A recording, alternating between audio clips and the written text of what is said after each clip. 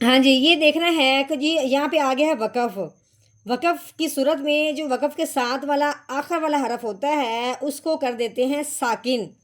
ساکن مطلب یعنی جس کے اوپر وہ چھوٹی سی دال نما جزم ہوتی ہے، جس طرح کی یہ جزم ہے، دیکھیں یہ جزم جس حرف کے اوپر آتی ہے اس کو ساکن کرتے ہیں۔ تو اگر یہاں پہ وقف کی صورت میں آخر والا حرف ساکن نہ ہو، وہ دال نما جزم والا حرف نہ ہو، تو اس کو کیا کر دیتے ہیں؟ ساکن کر دیتے ہیں، خود بخود بنا دیتے ہیں وقف کی صورت میں، اگر وہ ساکن نہ ہو۔ اب قوف کے اوپر کیا لگی ہوئی ہے؟ پیش لگی ہوئی ہے، اس کے اوپر کوئی ساکن نہیں ہے۔ اب ہم نے کیا کرنا ہے؟ اس کو ہم نے ساکن بنانا ہے، ساکن کرنا ہے۔ تو ہم وقف کی صورت میں ساکن کس طریقے سے کریں گے؟ پہلے ہم نے پڑھنا ہے قوف پیش قو، مد طارق۔ ہاں جی، وقف کی صورت میں آگے وقف، مد طارق، ٹھیک ہے۔ اب ہم نے اس کو ہلایا کیوں ہے؟ کیونکہ جو جزم والا حرف تھا وہ کیوں یعنی ساکن والا حرف کون سا بنا ہے؟ قوف بنا ہے۔ قوف ہے حروف قلقلہ میں سے، حروف قلقلہ کے اوپر جب جزم آ جاتی ہے، حروف قلقلہ جب وقف کی صورت میں ساکن ہو جاتا ہے تو حروف قلقلہ کو ہلا کے پڑھتے ہیں۔ اگر ہم اس کو نہ ہلائیں تو پھر بنتا تھا مطارق، لیکن وہ ہونا تھا کاف ہوتا تو، لیکن یہاں پہ قوف ہے، قوف حروف قلقلہ میں سے ہے تو اس کو ہم نے ہلانا ہے مطارق، مطارق۔ ہاں جی، یہ تو ہم نے بتایا صرف ایک حرف کی بات۔ آپ مکمل آیت سنیں، انشاءاللہ آپ کو ایک ایک بار کی سمجھ میں اضافہ ہوگا، بہت فائدہ حاصل ہوگا۔ نحمده ونصلي على رسوله الكريم، اما بعد فاعوذ بالله من الشیطان الرجیم، بسم اللہ الرحمن الرحیم۔ السلام علیکم ورحمۃ اللہ وبرکاتہ۔ امید ہے آپ سب خیریت سے ہوں گے، انشاءاللہ جہاں ہوں گے ایمان اور صحت کی نعمت سے مالا مال ہوں گے۔ ہاں جی، تو آغاز کرتے ہیں ہم اپنے آج کے سبق کا دعاؤں کے ساتھ، تو چلیے شروع کرتے ہیں۔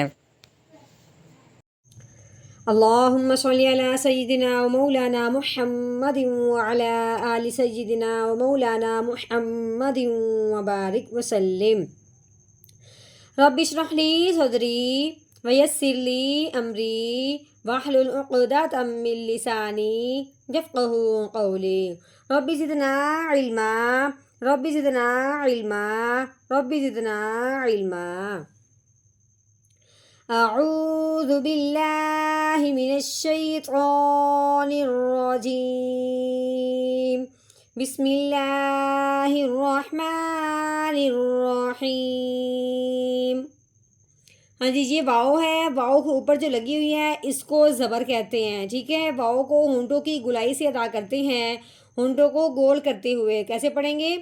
واؤ زبر وا، ٹھیک ہے، واؤ زبر وا۔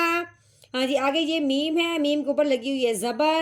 آگے دیکھیں یہ ہے، اس کے ساتھ ہی الف ہے، ٹھیک ہے۔ الف جہاں ہو اس سے پہلے حرف پہ زبر آ جائے تو اس حرف کو الف کے ساتھ ملاتے ہوئے ایک الف کے برابر لمبا کرتے ہیں۔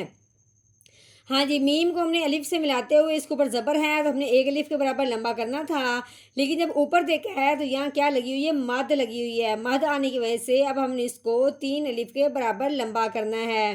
اس کے بعد دیکھنا ہے آگے، آگے کیا ہے؟ یہ ہے الف، ٹھیک ہے۔ الف کے اوپر کیا لگی ہوئی ہے؟ زبر لگی ہوئی ہے۔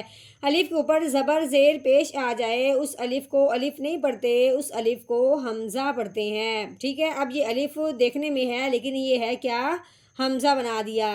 ہاں جی، اگر مد کے فوراً بعد حمزہ آ جائے تو اس مد والے حرف کو 3 الف کے بجائے 4 الف کے برابر لمبا کرتے ہیں۔ اب ہم نے اس کو 4 الف کے برابر لمبا کرنا ہے تو کس طریقے سے پڑھیں گے؟ میم الف مد زبر ما، وما۔ ہاں جی، اب یہ جو ہم نے حمزہ بنایا تھا، آگے دیکھتے ہیں کہ یہ دال ہے، دال کے اوپر جو دال نما بنی ہوئی ہے چھوٹی سی، اس کو جزم کہتے ہیں۔ یہ جزم جس حرف کے اوپر آتی ہے اس حرف کو ساکن کہتے ہیں۔ ساکن کا مطلب یہ ہے کہ اس کے اوپر کوئی زبر زیر پیش نہیں ہے، وہ پچھلے والے کو اپنے ساتھ ملائے گا۔ اب ہم نے حمزہ کو دال کے ساتھ ملانا ہے۔ اب جزم آئی ہے دال کے اوپر تو دال کو اب ہم کیا کریں گے؟ ہلا کے پڑھیں گے۔ پہلے ہم نے کیا کرنا ہے؟ حمزہ کو دال کے ساتھ ملانا ہے، اس کے بعد ہم نے دال کو ہلانا ہے۔ اب ہلانا کیوں ہے؟